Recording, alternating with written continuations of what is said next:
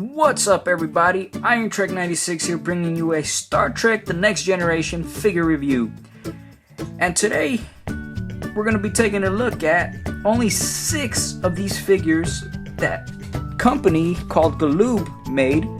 And yes, they are 3.75 inch figures.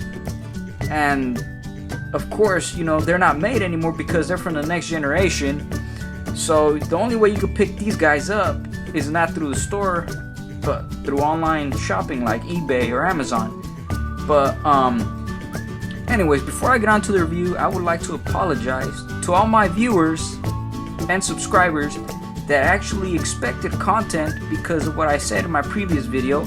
And I know it's been 6 months since my last video, and I am very sorry for taking this long to finally get another review out there for you guys.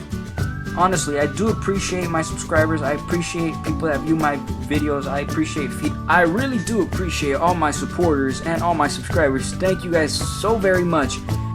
Well, on to the review. As you can see in front of you, there are 5 of the boxes that these figures come in. And of course, yes, one of them is opened. And I would like to apologize ahead of time for the glare, but these are not the things we're going to be really looking at. The boxes, we're going to be looking at the figures in as much detail as we can. But anyways, the reason for Mr. Data, Lieutenant Data there being open is because these figures here, the ones that are still in the box, are actually doubles of the ones that I'm going to be reviewing. Yes, I do intend on not opening them, and as well as keeping them in their boxes, and I am still waiting on the replacement for Mr. Data to actually have an open version of him as well as a sealed in box version. And I will be putting those up on display for my collection. Today we're only going to be taking a look at 6 of the figures that are actually in the wave. Unfortunately, I don't own any. As you can see in the back of the box, there are pretty much pictures of all the figures that are out there, with Captain Picard, Commander Riker, Mr. Data, Lieutenant Geordi, Tasha Yar, Worf, and then Ferengi. Ferengi. Unfortunately, I do not own any other figures except for pretty much every single one you see down here in this, product shot, except for that Ferengi. As you can see in this line, there are actually 7 figures in this, pretty much in this line, that, or not line necessarily, just I guess you could say this wave, because there are other figures of this scale out there, but I guess you'd call them wave 2. And as you can see, Captain Picard is one of them, and Commander Riker, Lieutenant Data, Lieutenant LaForge, Tasha Yar, Worf, and the Ferengi. And of course, there is some roleplay accessories like that phaser weapon, which, if I'm not mistaken, is actually called a cricket phaser. And if I am mistaken, I really don't care. But anyways, there's a diecast USS Enterprise, which if I'm not mistaken, I actually used to own. And if I'm not mistaken, that Enterprise's saucer piece actually separates from the rest of the ship. And, it was pretty cool until I got rid of it. Anyways, these boxes are all pretty much identical, which, with the exception of this small little portion right here, which has the character shot that corresponds to each one of the figures. In this case, it's Captain Jean-Luc Picard. And as you can see at the top, it does say includes phaser weapon and tricorder analyzer. And of course, it's posable. And there you can see the tricorder, the phaser in his hand, and it's a pretty cool figure. And on the back, there's a small little brief bio or description of what the next generation is supposed to be about. And on the bottom, there's a small little bio of each character. And as you can see, there's the captains. And if you'd like, you could go ahead and pause it to take a quick read. Here's Commander Riker, and if you would like to read it, pause it now. Here's Lieutenant Commander Data's. If you'd like to read it, pause it now. Lieutenant Geordi, if you'd like to read it, pause it now. And lastly, Commander Worf, if you'd like to read it, pause it now.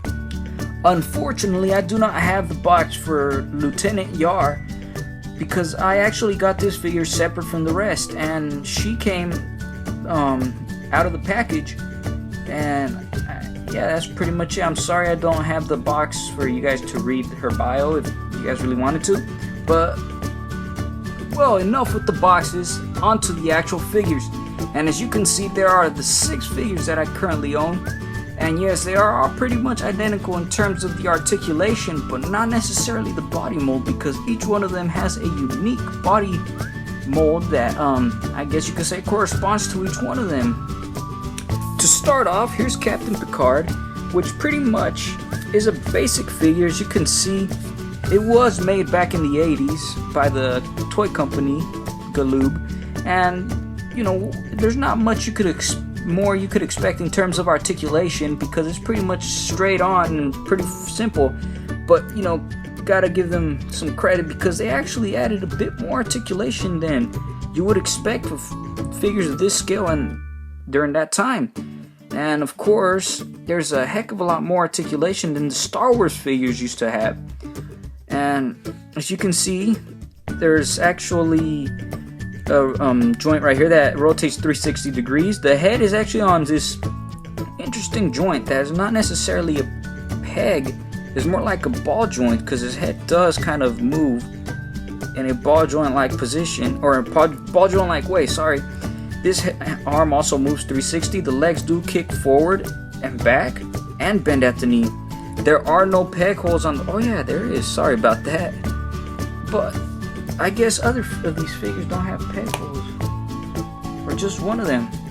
Tasha Yar doesn't have peg holes on the bottom, and that's quite unfortunate, because if you're trying to get these figures to stand, they are kind of tricky depending on where you're trying to get them to stand at. But yeah, I mean, that's pretty much it in terms of articulation. But the detail, as you can see, is pretty cool. I mean, pretty nice actually. As you can see, the Starfleet badge right there. It's pretty, I keep saying pretty over and over again, but anyways, it's actually pretty awesome for a figure this small. As you can see on his neck too, there's a captain rank on there, and as well as pretty much everywhere you see on this figure, it's got some nice detail. And unfortunately, the phaser on his arm, as well as any other figure, the phaser in their hand can't come out. It's pretty much molded in. It's one solid piece. But the tricorder, as you can see, there's actually a separate piece with I guess you could call it a cord around it to put it around your figures. Well, unfortunately, I do not own individual tricorders for each of these figures. I only own one of them, and as you can see, it is missing the cord part of it, which the plastic on it was quite flimsy, quite weak. And as you can see, it just came off real easily. And so, you know, it actually, to my opinion, looks a heck of a lot better like this, you know, without that cord, because as far as I can remember, and if I'm not mistaken, these tricorders actually were just the way that you see it right now. You know, in the original series, I could understand if the tricorders have a cord or a strap, because they did tend to carry them like man purses. But no offense, but pretty much, as you could see, yeah, this thing, I could understand, I guess, why it had the strap, because these figures unfortunately cannot hold any other accessories like the tricorder. Because as you can see, this figure, and as well as the rest of them, have a molded, pretty much a closed fist hand on one side and the molded tricorder on the other. So there's nothing you could really do. So I guess the strap pretty much helped out to, I guess, put it on the figure, you know, around the arm or something. But as it is, you know, you can't really get him to hold it. But yeah, the detail on this thing is actually pretty cool, as you can sort of see. If I can get my camera to focus. There we go.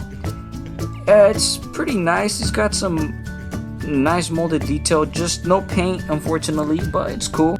On to the next figure. As you can see, it's pretty much the same in terms of articulation. It doesn't get any better or worse than what you've already seen. The arms do rotate 360. The legs do go forward and back and bend at the knee. And of course, the head has that interesting joint that I mentioned earlier with Picard. And as you can see with Riker here, you could actually see the movement I was referring to a heck of a lot better than on Picard. And yeah, as you can see, the comm badge is just as nicely molded and detailed. as well as the rank on his neck, which is pretty cool, if you ask me. And anyways, the figure itself has, I guess you could say, Picard and Riker here have decent likenesses to the actual actors. Picard here, I don't know if I pointed it out earlier, he pretty much looks, for a figure this small, looks like his character. And Riker, of course, this is before he had the beard. He looks, I guess you could say, pretty close to him. And they all do have yellow lips. I don't know why, but yeah, I guess they stand out a little more. Next up is Mr. Data, and as you can see, it's pretty much the same articulation. And you know, it doesn't get any better or worse than that. As you can see, the detail it's the same with the rest of them, with just instead of yellow here it's red. You know, it's pretty cool. He's got that nice little comm badge. He's got a little chip of paint there, unfortunately, and he's also got that rank on his neck, which is pretty cool. And the likeness to, you know, the actual character is not that great with Data, but I guess, I mean, what can you expect with a figure like that, this small? But anyways, I don't know if I mentioned this, but they do tend to swap, you know, swap whatever between hands on which one they're actually holding the phaser.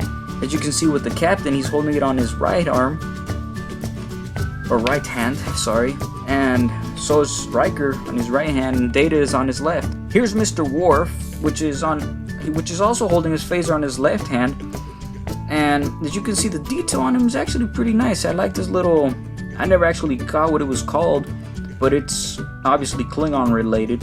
And as you can see, the comm badge on him is pretty cool. His rank, his facial details, pretty cool. I just don't really like how his ridges look like. But anyways, this was before he had his ponytail. And yeah, as you can see, it's a pretty cool figure. The articulation is just the same. Next up here is Tasha Yar, and as you can see, she's a pretty nice figure. Of course, there's a different body mold because she's obviously a female. But yeah, it's pretty cool. As you can see, she does have the phaser on her right hand as opposed to the left, and yeah, the comm badge is pretty nice, her rank, and unfortunately there are some paint chips here and there, but yeah, it's a pretty nice figure. Same basic articulation as the rest of the figures, and you know, that's pretty much it. It's about it. Lastly, it's Mr. LaForge, and as you can see, he's actually a pretty cool figure. He's got his visor on, and it's pretty nice detail all the way around. He does have the phaser on his left hand, and let's see, the comm badge, yeah, it's pretty cool too. So is the rank on his neck. It's pretty cool, and yeah, same decent articulation, which is pretty cool. And that's about it. Size comparison time, and here, as you can see, the next generation figures are actually in pretty good scale with the recently released, well, not necessarily recently, but from the J.J. Abrams, I guess, first Star Trek movie that he made, figures released by Playmates. They're actually in pretty good scale with them. And as you can see with the Kylo Ren back there and the Darth Vader, they're actually in pretty good scale as well. And with Tony Stark here and Ezra, as well as Kanan, and a custom figure that's actually the Prince of Persia figure, but I customized it to be like some kind of bounty hunter. They're actually all in pretty good scale with each other, and I like how that actually comes along. And me personally, being a 3.75 inch figure collector, I love the fact that they just go along real well with each other.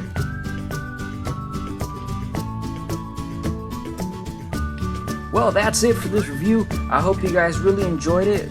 Like this video, subscribe to my channel if you want, and feel free to comment below. This is Iron Trek 96 saying have a good one, and thank you guys for watching.